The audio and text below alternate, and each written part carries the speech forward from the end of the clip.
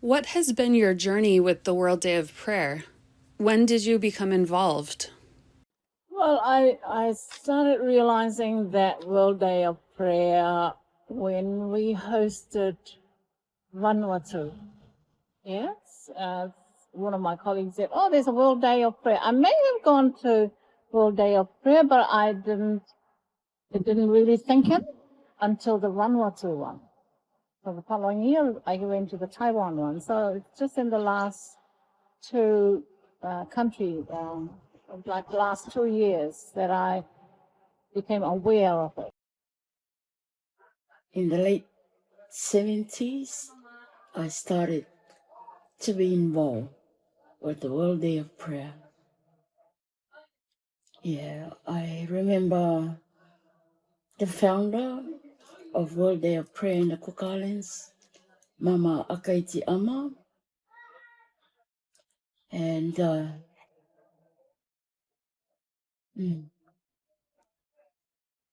I like to acknowledge this strong woman for going out to the world through the World Day of Prayer on her own to bring this good message to us women in the Cook Islands.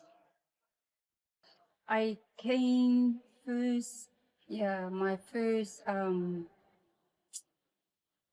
meeting with the involvement with the World Day of Prayer is in the 90s. So since my involvement from there, and then I was like in and out, and then for the last 10 years or so, been involved with the World Day of Prayer. Yeah. And I've learned quite a bit from my journey in the World Day of Prayer. This journey has been a recent one for me because I lived overseas most of my life. So I've heard about it, and the women from my denomination have joined it, and I've just recently joined in the team just to help prepare our journal for 2025. I only just knew about it a few years ago, maybe 5, 6 years ago, but this was through Mama Henrika, because I come from the Catholic Church, and this is one of the activities or one of the events that would be promoted in our church through Mama Henrika. Okay, first time I heard of the World Day of Prayer was at a meeting that we had at one of the hostels, and that was with Henrika. So I grew up in Germany in the UK, and I did go to church as a child. I went to the Catholic Church back in Germany, but it wasn't actually until I came to the Cook Islands that I heard about the World Day of Prayer. So my first encounter with the World Day of Prayer was in 2020. That was when the Apostolic Church in the Cook Islands was hosting the World Day of Prayer, and that was Zimbabwe that everyone was praying for. My journey with World Day of Prayer was when I actually started to sit on the table of meetings to do with World Day of Prayer. Prior to that, I was going to the church and the World Day of Prayer services that was being held. Did I understand any of it? No. So it took me until 2014, when I sat on the table, then I began to understand what World Day of Prayer movement is all about. And then my first project was to organize the World Day of Prayer for the following year, which only gave me about 7 months. And we were praying for Suriname. So it was a challenging one, but with the help of Ludwina and also from experiences of other women, I learned from that, and I was able to sit down and put, a program down together. But through that journey, by organizing the program, it helped me to understand the purpose of World Day of Prayer. And since then, I've loved every moment of being on it. My journey has been a challenging one. It has been a learning one. It's been fantastic. It's been one where I've met a lot of new people, and particularly the women in all of the different denominations. I just think that the World Day of Prayer has brought together a lot of great people, great women, great minds, and a lot of knowledge. Is there one particular World Day of Prayer service that really moved you or changed you in some way? Well, I was just reading Palestine, really. I mean, all the other ones touched me too, but reading the history of Palestine, and it's repeating itself, what's happening today, and my heart goes out to the people of this country, the women, the children. I think it was the Vanuatu group celebrating, and that was a new learning curve where we had to learn some of their songs, and also we prayed together, and it was a big event, and I remembered that and thinking to myself, wow, I haven't seen this kind of thing even in New Zealand where I came from, because I've only heard of the World Day of Prayer here in the Cook Islands in Rarotonga, and luckily I'm part of it at the moment. I think it was probably the first World Day of Prayer service I attended. So that was hosted by Zimbabwe, everyone's friend for Zimbabwe. And I remember their slogan was rise, take your mats and walk, I think it was. And it was very inspiring and powerful after we've seen the short clips of the women and the daily struggles they face. To then, see how still they're remaining positive in their faith. And I'll go back to when we hosted Suriname, the life of the young people. Because in that part, each young woman shared the challenges they were having, whether it was education, whether it was in their families or, in their own individual life. And so from that, I learned that no matter where we are in this world, we all have challenges, our young ones, So in that time we organized that program, we actually put our young women to portray these young women. And what I saw was, it made me emotional because they felt the pain of these young women. What does the theme, I Made You Wonderful, based on Psalm 139, mean to you? It's important for the people of the Cook Islands because we need, having come through that phase in our lives when we were undermined about our language, we need to be confident and feel wonderful of who we are, of our culture, of our language, so that the rest of the world can see that we are wonderful people. It means a lot of things to me. It's actually one of my favorite psalms, especially verses 23 and 24, where it says, Lord, you know me, you know my heart, you know my thoughts. But this was the ending of that psalm. It's more like reflecting on God, knowing you in and out, what you do and where you go. It's important to me.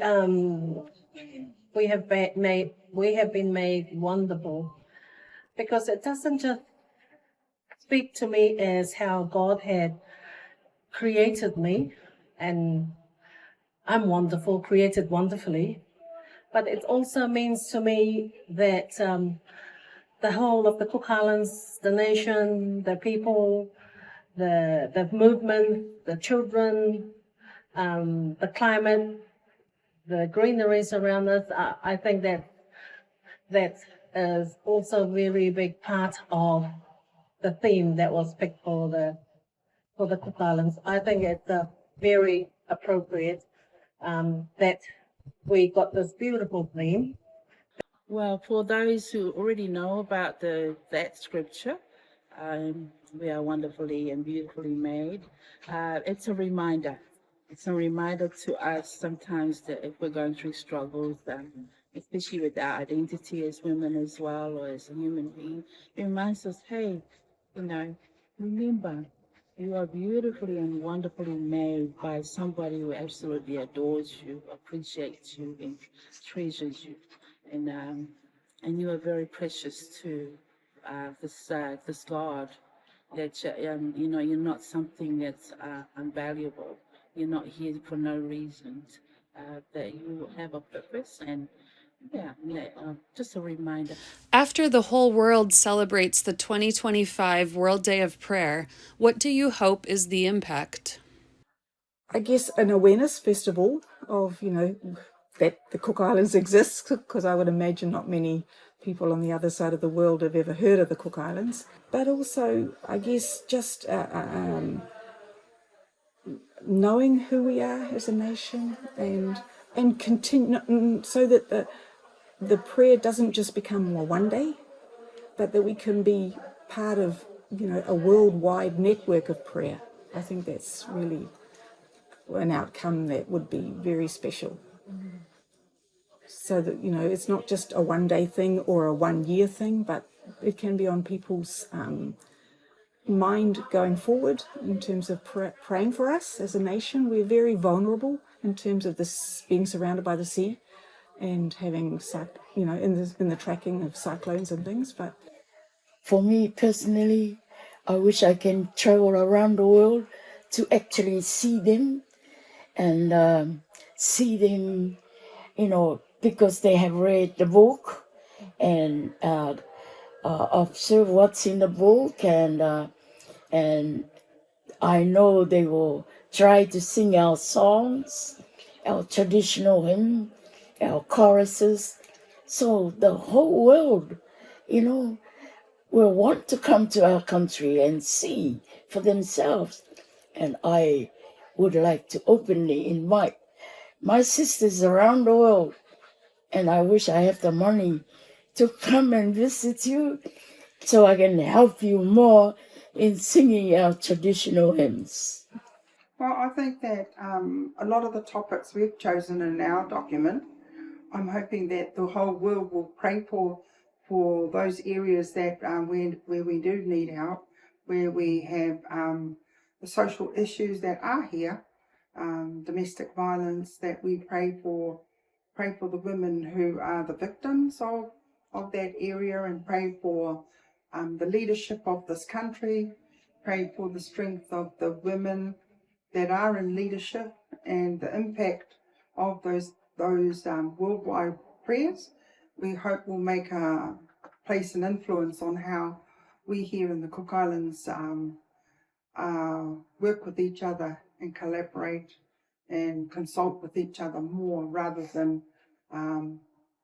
the hierarchical system where it's the leadership at the top. My vision is that